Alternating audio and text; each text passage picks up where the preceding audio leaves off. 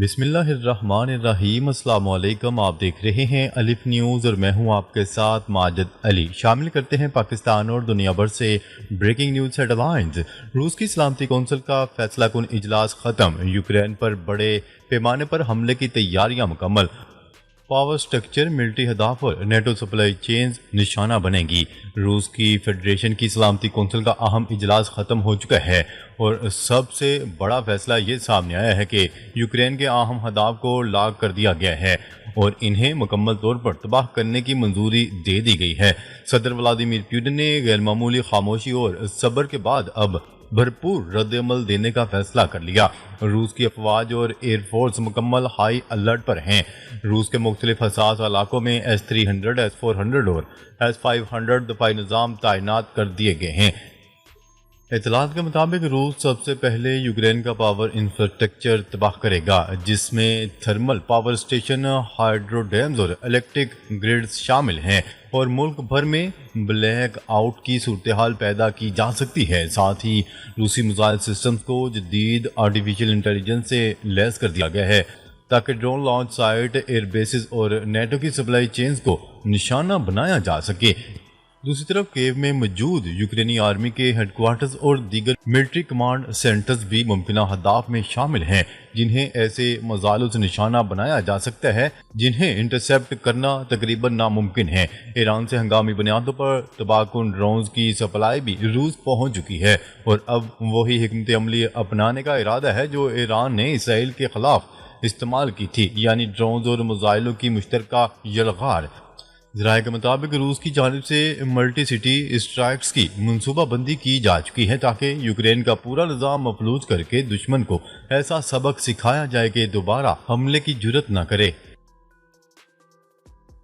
خبر کے اگلے حصے میں بات کرتے ہیں بھارت کا یوکرین طرز کا ڈرون حملے کا پلان، پاکستان کی جوابی حکمت عملی بھی تیار۔ دنیا میں جنگوں کا منظرنامہ بدل چکا ہے۔ یوکرین کے روس پر حالیہ ڈرون حملے نے نئی تاریخ رقم کی ہے۔ 7 ارب ڈالر کا بڑا نقصان، 40 بمبار، طیارے تباہ اور سب کچھ خاموشی سے۔ اسمارٹ حکمت عملی کے تحت اب روس کا رد عمل بھی شدید ہوگا، لیکن اس حملے نے پوری دنیا کے لیے ایک نیا پیغام دیا ہے۔ اس تناظر میں بھارت بھی متحرک ہو چکا ہے۔ اطلاعات کے مطابق بھارت پاکستان کے خلاف یوکرین جیسا ماڈل اپنانے کی تیاری کر رہا ہے۔ منصوبہ یہ ہے کہ ڈرونز بلوچستان کے راستے پاکستان کے اندر اسمگل کیے جائیں، جہاں وہ مقامی سلیپر سیلز کی مدد سے ایکٹیو کیے جائیں، بالکل ویسے جیسے یوکرین نے روس کے ساتھ کیا۔ ذرائع بتاتے ہیں کہ بھارت نے اسرائیل سے جدید ڈرونز حاصل کیے ہیں۔ ہیرو اور ہیون سیریز کے ڈرونز اور ان کی تیاری بھارت میں ہو رہی ہے۔ بھارت کا ہدف ہے کہ سینکڑوں ڈرونز ایک ساتھ لانچ کیے جائیں، پاکستان کے دفاعی نظام کو مصروف کر کے اصل حملہ کیا جائے، بالکل ویسا ہی جیسا ایران نے اسرائیل پر کیا تھا۔ مگر پاکستان بھی خاموش نہیں، ملکی ادارے اب بارڈر سیکیورٹی کو ملٹی لیئرڈ بنا رہے ہیں۔ ریڈار، موشن سینسرز، انفراریڈ اور اینٹی ڈرون ٹیکنالوجی نصب کی جا رہی ہے۔ پاکستان کی کوشش ہوگی کہ ڈرونز بارڈر پار کرنے سے پہلے ہی تباہ کر دیے جائیں۔ سائبر انٹیلیجنس، لوکل انٹیلیجنس اور چین کے ساتھ تعاون بھی پلان میں شامل ہے تاکہ بھارت کا کوئی بھی اسٹریٹجک سرپرائز ناکام بنایا جا سکے۔ حالات واضح اشارہ دے رہے ہیں، اگر بھارت نے یوکرین طرز کا کوئی بھی قدم اٹھایا تو پاکستان اس بار پوری تیاری کے ساتھ جواب دے گا۔ خبر کے اگلے حصے میں بات کرتے ہیں 6 سال بعد پہلی بار بھارتی وزیر اعظم نریندر مودی ممکنہ طور پر G7 سربراہی اجلاس میں شرکت نہیں کریں گے۔ بھارتی وزیر اعظم کو ابھی تک کینیڈا کی جانب سے اجلاس میں شرکت کا باضابطہ طور پر دعوت نامہ موصول نہیں ہوا۔ بھارتی میڈیا کے مطابق اب اگر دعوت دی بھی گئی تو مودی غالباً مذکورہ اجلاس میں شرکت نہیں کریں گے، خاص طور پر جب بھارت کو یقین نہیں کہ کینیڈا کی نئی حکومت خالصتان تحریک کی سرگرمیوں پر بھارتی خدشات سنجیدگی سے لے گی یا نہیں۔ بھارتی میڈیا کے مطابق دورے کی تیاریوں کے لیے کم وقت بچا ہے۔ بھارتی میڈیا کا کہنا ہے کہ سکھ علیحدگی پسندوں کے ممکنہ احتجاج اور کینیڈا کے ساتھ کشیدہ تعلقات کی وجہ سے بھارتی حکومت آخری لمحے کے دعوت نامے کو شاید قبول نہ کرے۔ دوسری جانب کینیڈین G7 اجلاس کے ترجمان نے اس بات کی تاحال تصدیق نہیں کی کہ آیا بھارتی وزیر اعظم کو دعوت دی جائے گی یا نہیں۔ یاد رہے کہ رواں ماہ کے وسط میں کینیڈا G7 کے رہنماؤں کی میزبانی کر رہا ہے۔ اجلاس میں فرانس، برطانیہ، جرمنی، اٹلی، جاپان، امریکہ اور یورپی کمیشن کے صدور شامل ہوں گے۔ اس سے قبل کینیڈین سکھ برادری کا بڑا مطالبہ سامنے آیا تھا۔ کینیڈین حکومت G7 سربراہی اجلاس میں نریندر مودی کو مدعو نہ کرے۔ ٹورنٹو کی سکھ فیڈریشن کا موقف ہے کہ جب تک بھارت کینیڈا میں سکھوں کی ٹارگٹ کلنگ کی مجرمانہ تحقیقات میں تعاون نہیں کرتا، مودی کو G7 اجلاس میں دعوت نہ دی جائے۔ خبر کے اگلے حصے میں بات کرتے ہیں۔ روس اور یوکرین کے درمیان جاری امن مذاکرات کے دوسرے راؤنڈ کا اختتام ہو گیا۔ امن معاہدے پر ٹھوس پیش رفت نہیں ہو سکی۔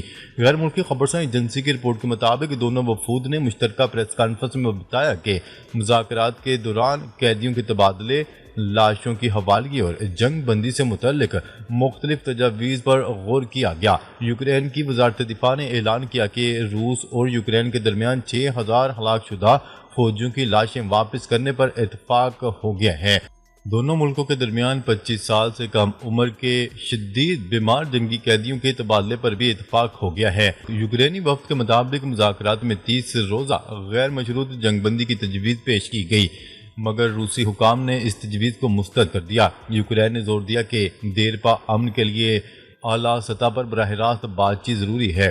روسی وفد کے سربراہ نے کہا کہ ہم نے مختلف مقامات پر 3 روزہ جنگ بندی کے لیے مخصوص تجاویز پیش کی ہیں تاکہ انسانی ہمدردی کی بنیاد پر پیش رفت ممکن ہو سکے۔ دونوں فریقین نے امن تصفیے کے ممکنہ شرائط کے ساتھ یادداشتوں کا تبادلہ کیا۔ روسی حکام کے مطابق ماسکو اس بات پر آمادہ ہو گیا کہ اگر یوکرینی بچوں کے والدین یا قانونی سرپرست دستیاب ہوں تو انہیں یوکرین واپس بھیجا جائے گا۔ مزید کہا گیا ہے کہ ہلاک شدہ فوجیوں کی لاشیں آئندہ ہفتے یوکرین کے حوالے کر دی جائیں گی۔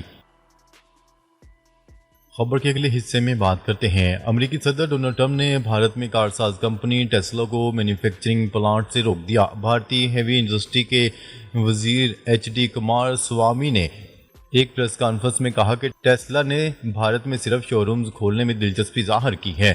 امریکی صدر ڈونلڈ ٹرمپ نے فروری میں امریکی میڈیا کو انٹرویو میں کہا تھا کہ ایلون مسک نے بھارت میں ٹیسلا کی فیکٹری لگائی تو یہ امریکہ کے ساتھ ناانصافی ہوگی۔ گزشتہ دنوں بھی ڈونلڈ ٹرمپ نے کہا تھا کہ ٹیسلا سمیت دیگر کمپنیوں کو کاریں پرزے امریکہ میں بنانے چاہیے۔ ڈونلڈ ٹرمپ کا کہنا تھا کہ ہمیں توقع ہے کہ امریکہ میں فروخت ہونے والے آئی فونز امریکی سرزمین پر تیار کیے جائیں گے، بھارت یا کسی اور جگہ نہیں۔ اگر ایسا نہیں ہوتا تو ایپل کو امریکہ میں کم از کم 25% ٹیرف ادا کرنا ہوگا۔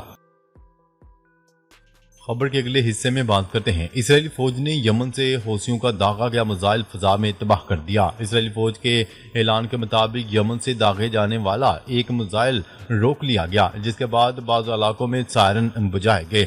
فوج نے آج کے روز ٹیلی گرام پر جاری بیان میں کہا، کچھ دیر پہلے اسرائیل کے مختلف علاقوں میں سائرن بجنے کے بعد یمن سے داغا گیا ایک میزائل روک لیا گیا۔ العربیہ کے نمائندے نے بتایا کہ یہ حوثی میزائل السہم دفاعی نظام کے ذریعے روکا گیا اور میزائل فائر کیے جانے کے بعد تل ابیب کا ہوائی اڈہ بند کر دیا گیا۔ مزید بتایا گیا کہ وسطی اسرائیل میں سائرن کی آوازیں حوثی میزائلوں کے سبب سنائی دی گئیں۔ ادھر حوثی جماعت نے میزائل داغنے کی ذمہ داری قبول کرتے ہوئے اپنے بیان میں کہا کہ آج انہوں نے یافا کے مقبوضہ علاقے میں واقع ہوائی اڈے کو ذوالفقار نوعیت کے بیلسٹک میزائل سے نشانہ بنایا۔ یہ بات حوثیوں کے زیر انتظام سبا ایجنسی نے بتائی۔ گزشتہ جمعرات کو بھی اسرائیلی فوج نے یمن سے داغے گئے ایک میزائل کو روکنے کا اعلان کیا تھا، جس سے وسطی علاقے میں سائرن بجے اور بیت المقدس کی فضاؤں میں دھماکوں کی آوازیں سنائی دی گئیں۔ خبر کے اگلے حصے میں بات کرتے ہیں۔ امریکہ نے تجارتی جنگ بندی کے معاہدے کی خلاف ورزی کی ہے، چین کا الزام۔ چین نے الزام عائد کرتے ہوئے کہا ہے کہ امریکہ نے تجارتی جنگ بندی کے معاہدے کی خلاف ورزی کی ہے۔ واشنگٹن نے جنیوا معاہدے کو بری طرح نقصان پہنچایا۔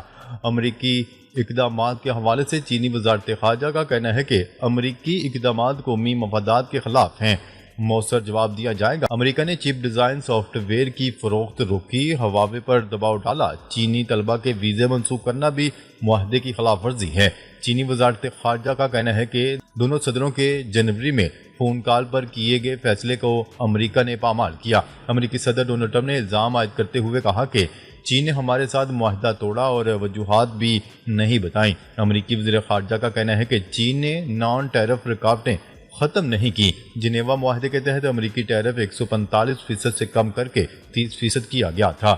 چین نے امریکی مصنوعات پر ٹیرف 125% سے کم کر کے 10% کر دیا تھا۔